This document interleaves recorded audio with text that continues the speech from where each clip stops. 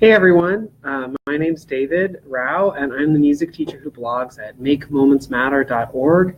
You can also find me here on Facebook, on Pinterest, Instagram, and a bunch of other places. I also have a podcast, which is Make Moments Matter, a music education podcast, and you can find that in the Apple Podcast Store, or if you have a non-Apple phone or just want to listen on your computer, you can listen on SoundCloud. Or Stitcher and some other places.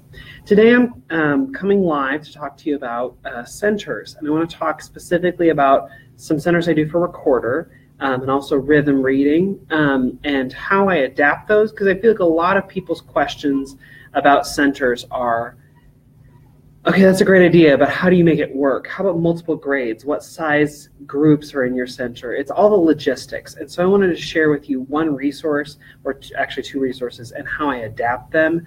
Because while I love laminating, I would rather make something once and use it over and over again and adapt it for different things. So that's what I'm going to try and do today. And if you have questions, type them in the little comment and I'll try and answer them as we go. Or I can answer them later tonight if you are viewing this video later or tomorrow or whatever. Just leave your questions in the comments and I'll try and answer them as they show up. But I'm using my school document camera, and I've not really done a live video with this before, so we'll see if it works. So I'm going to flip this around. Here's my classroom. One day I'll do a tour of my classroom and I'll show you. But you know, on Pinterest and Facebook and things, you see those like beautiful desks with like just things like askew, just like pencils askew. Well, this is actually my table in my classroom, so it's not beautiful. But so I'm just going to show you one quick resource, and this first one I want to show you is something that I call Jigsaw Melodies. And so I have this on my Teachers Pay Teacher store, but I also use it with kids. And so basically the Jigsaw Melodies is a set of cards, and this is sort of a prompt card that I can give to kids. But I'll just tell you that, first of all, I don't do it in centers first. I do this with a whole class first. And so what I do with kids, I can either project it or I can print out and cut out and make. But what I do with kids first is I show them sort of how it works. And so I would show them a task card sort of like this. And if you look, there are different colors with different pieces and different things. So basically I might, with the whole class, as a warm-up one day, I might say, okay, we're going to do this one. And it's purple, blue, blue, light blue. Okay. So then I would get some cards, and I've already printed out all these cards, and I would do this on the document camera with kids so they could actually see me doing this. But I would say, okay, the first one's purple. I gotta find purple.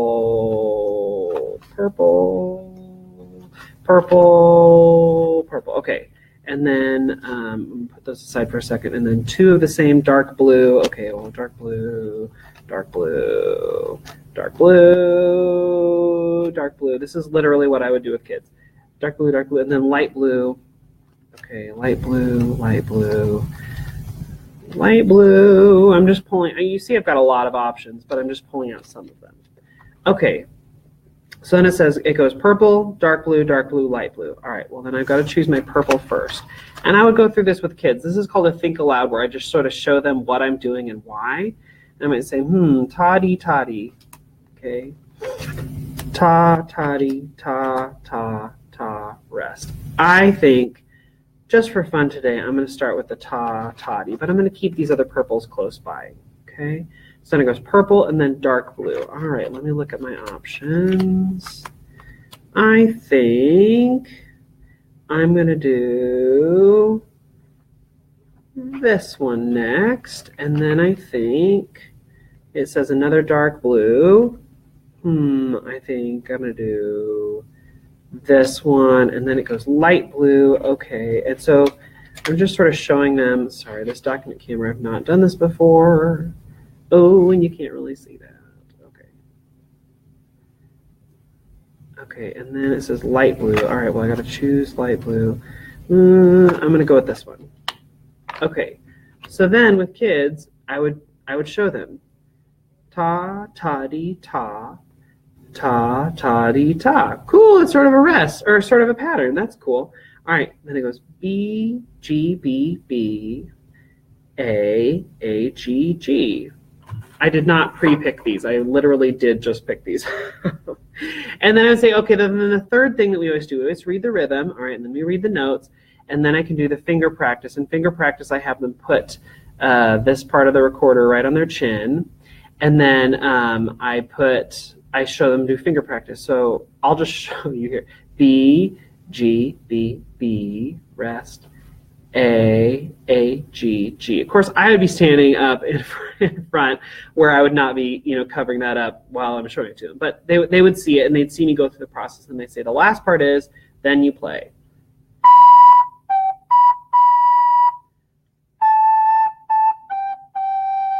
Great, I got it. But you know what? I think that's a little bit boring. So I think I'm going to switch out this blue for this blue. I can because it's still a dark blue. So why not? Let me see how that sounds. And I'd probably go through the process of doing the finger practice and everything again, but then I would try it.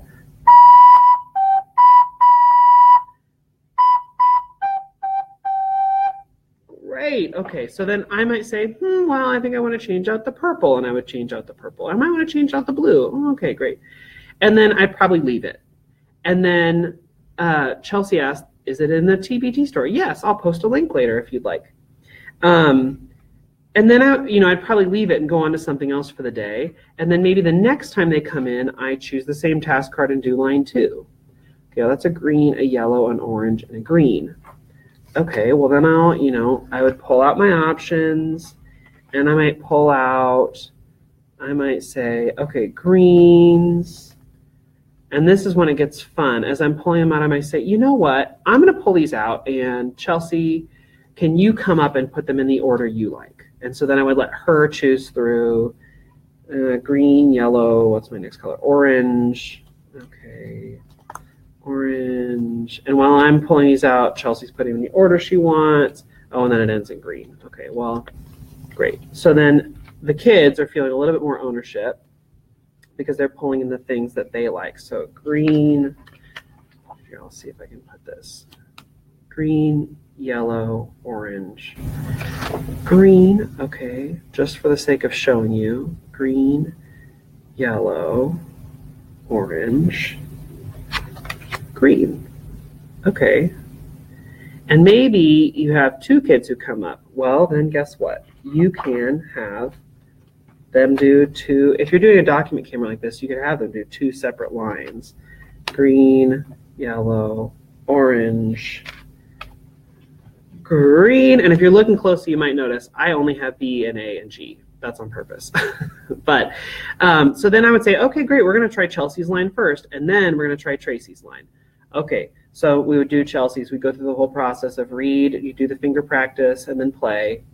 And then we would go through the process again of maybe the next time read, finger practice, and play. And it'd be cool if the girl or boy who chose this order stood up and at the projector or the document camera or whatever would point along. That'd be sort of cool. It gives, again, that makes them feel like, oh my gosh, I'm in control. How cool is that?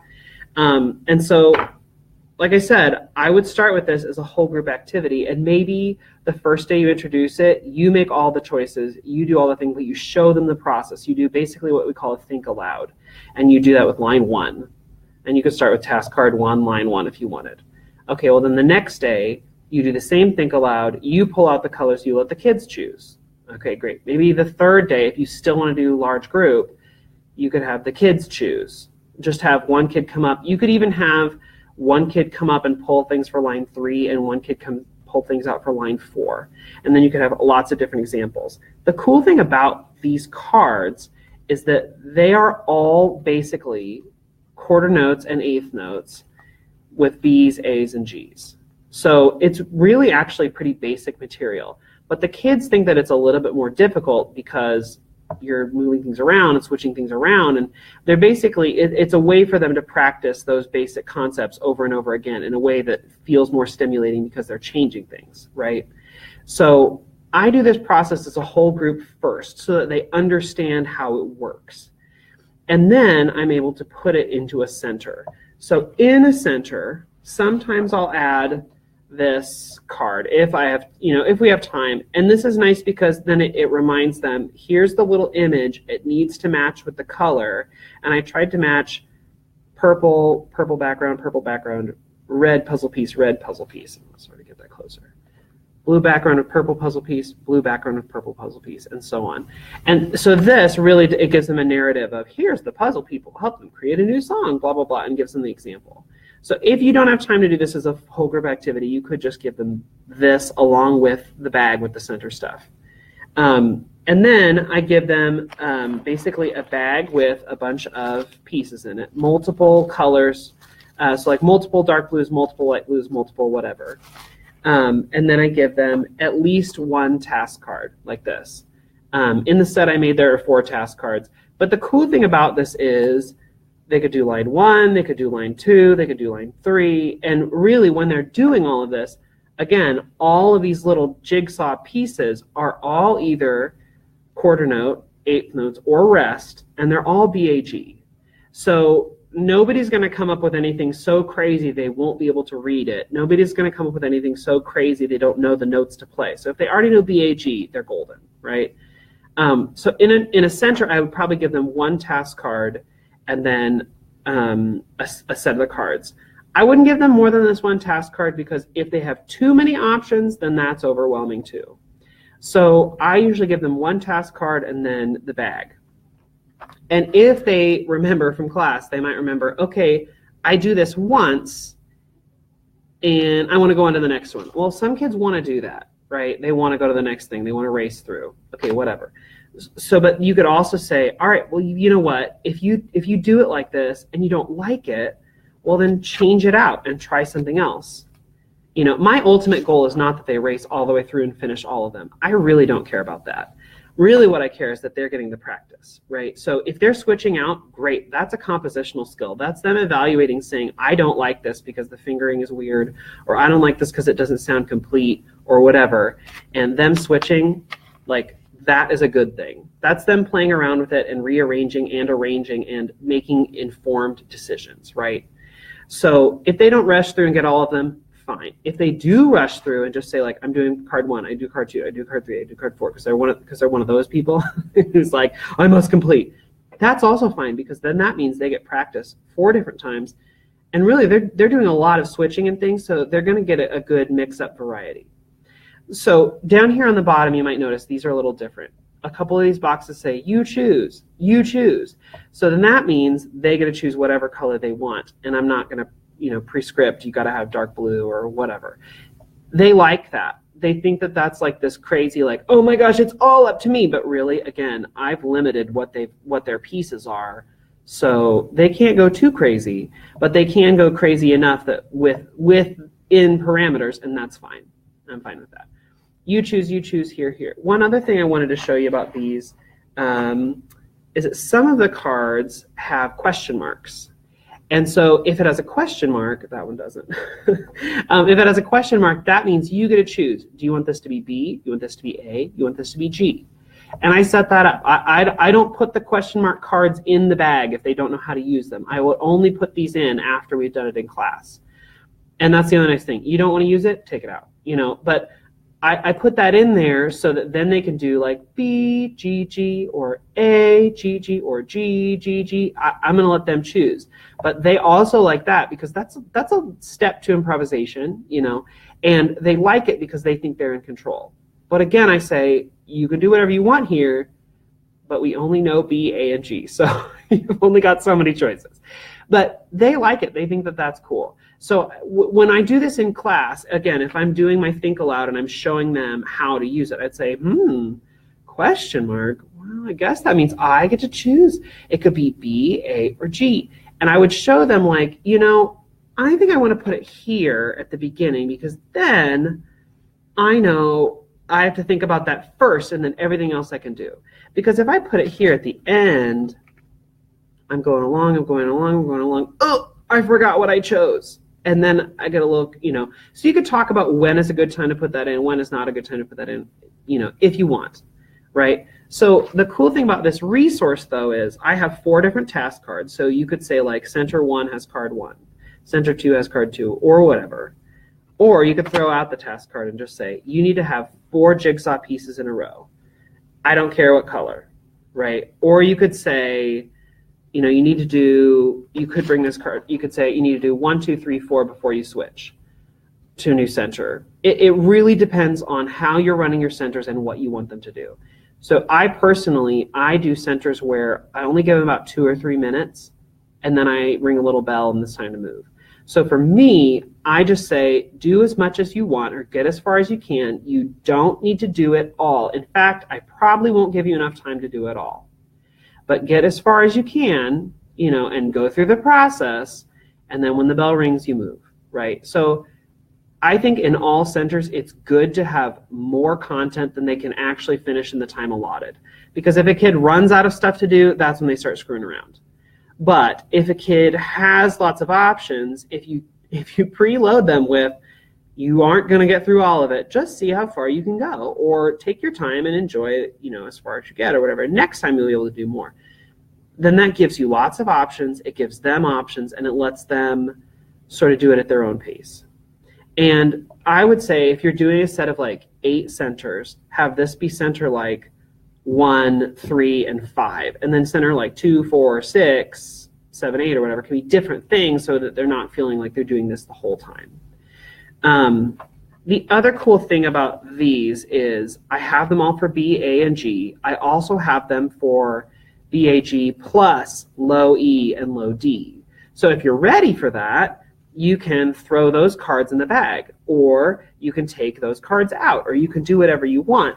The nice thing is when you have them bagged up, like if you printed out all the pages, I think it prints maybe 8 to a page.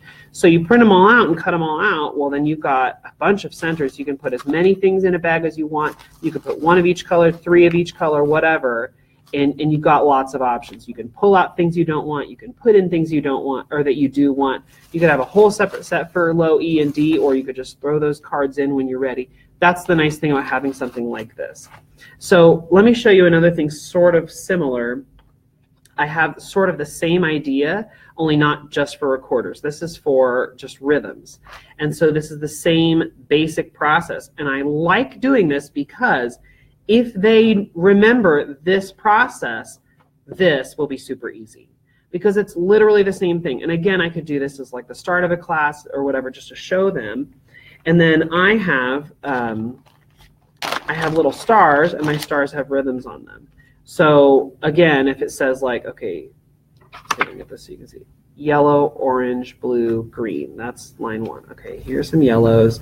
Here's an orange, blue, and green. Okay, well these are just, I just pulled 4 random or whatever, so then the Jigsaw cards are only 2 at a time. I did this to match the rhythmic building blocks that Kate Mon talks about in her book Elementaria. Kate Mon was basically Orff's counterpart, Carl Orff's counterpart. So if you know Orff Schulberg, she was sort of the brains behind Orff and behind the movement. So she came up with this building block thing where you only have 2 little rhythms together, and that makes it a little bit easier for kids. You're breaking it down, making it more elemental.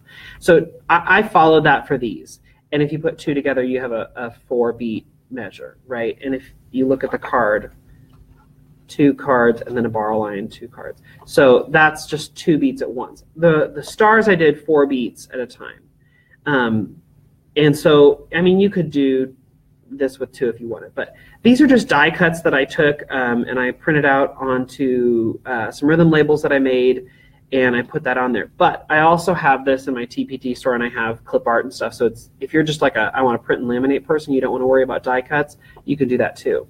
But so I have these, and I have them in the order, and you might notice again this is just quarter note, eighth note, and rest. I also have this set with 16th notes and with half notes and with all different sorts of things. So if you do this like in 1st grade or 2nd grade, and later in the year you want to introduce a more advanced rhythm, well then you could add those stars in. If you only want them for a certain rhythm, only put in those stars. So that way it's sort of customizable, and then you can print this once and use it over and over and over and over and over, because why reinvent the wheel every time you want to do centers? The other nice thing is that if you have used this before and kids remember the process, you are spending less time on instructions and more time on instruction, if that makes sense. You're spending less time on the directions and more time actually in kids involved with the content. So again, kids could do, put them in the order, read them, and then you could do read them and then play them with rhythm sticks or play them with a tambourine or whatever. Or you could say, okay, great, do the same thing with 4 different cards, same colors. Okay, great, I've got 4 different, or you could say, just change out 2 or whatever. And this is what I would do in my process at the beginning where I'm doing a think aloud basically with the students. I'd show them what I'm changing and I'd say, I wonder what this blue one would sound like if I changed the rhythm. Let me put a different one in, and then I'd switch it out. Oh, let's try it now. And I'd go through the whole thing. I don't know if I like that yellow. Let's try different. And then when I'm ready, I could say, you know what? I'm going to go on to the next one. That's red, yellow, yellow, red. Oh, cool. That's a pattern. And so then I, throw them out and do that.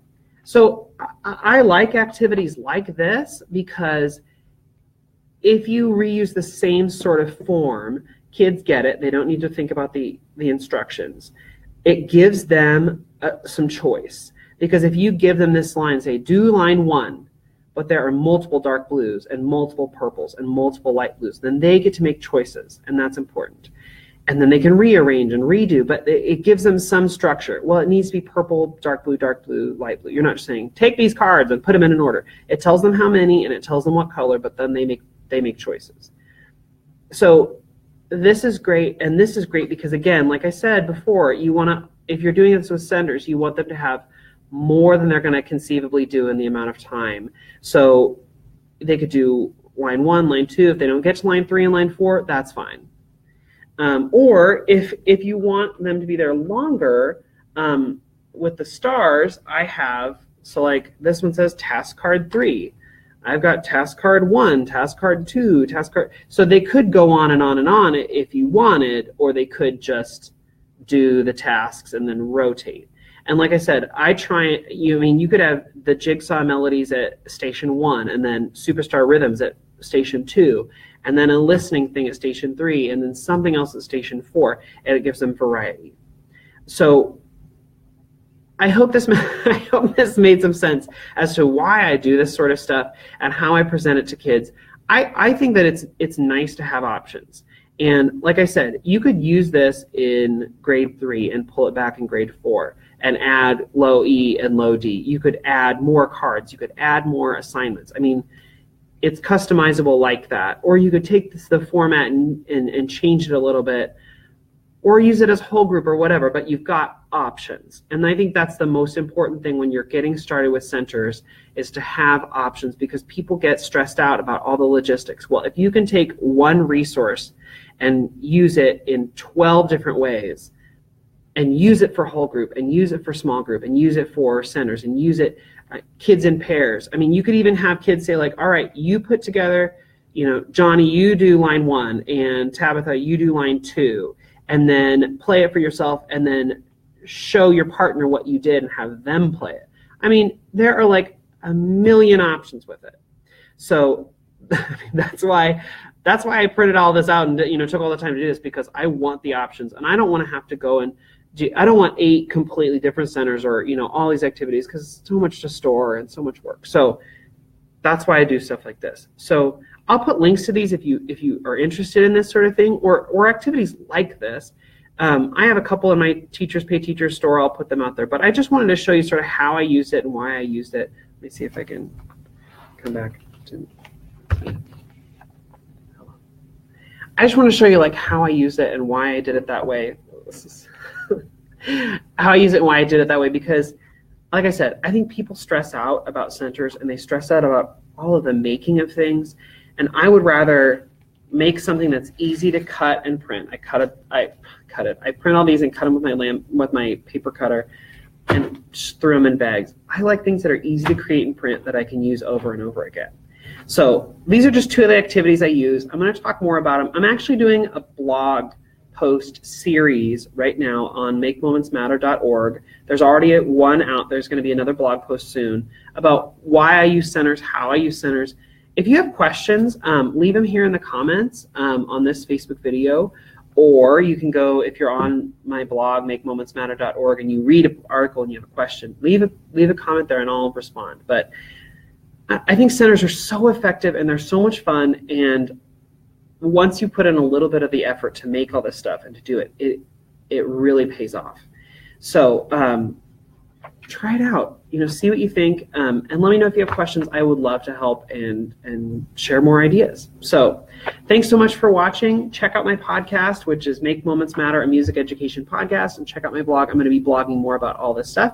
And if you still have questions about what we talked about today or what I talked about today, put them in the comments here on the video and I will come back to them later and respond. Thanks so much for watching.